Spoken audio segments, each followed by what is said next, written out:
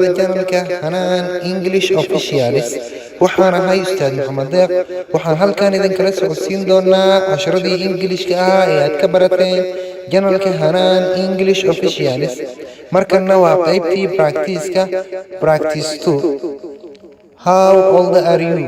meeqa sanaad jirtaa? I am 15 years old. waxaan jiraa 15 sano. What are you? adigu maxaa tahay? I am a student. anigu waxaan ahay arday. Where are you student? halkeed arday ka tahay? I'm a student at New Hope School.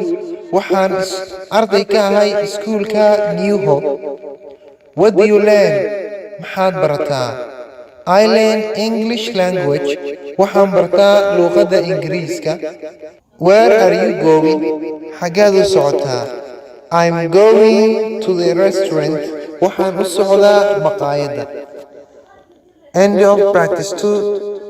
kulanti dambe oo xiiso leh. Asalaamu calaykum waraxmatullaahi wabarakaatuh.